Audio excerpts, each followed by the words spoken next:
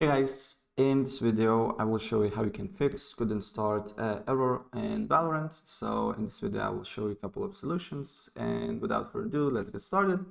First of all, what you need to do here, you need to open up your firewall and network protection, and then you need to press on allow an actual firewall.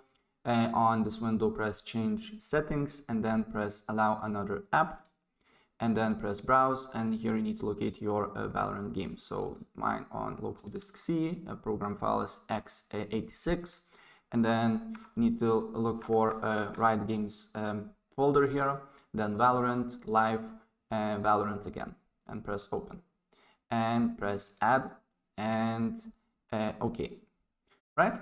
And the next thing what you need to do here, you need to go to on search services, and just tap one of the names, and then press V, and VGC should be on the first thing here. Right click on it, go to properties, go to startup type should be automatic, and if your service status is not on running, press start and then wait for a few seconds and then press OK.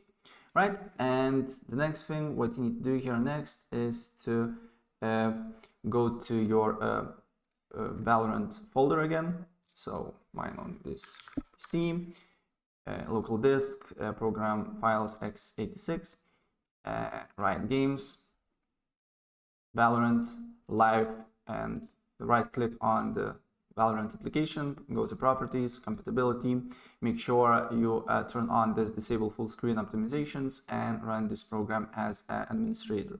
Press apply and OK.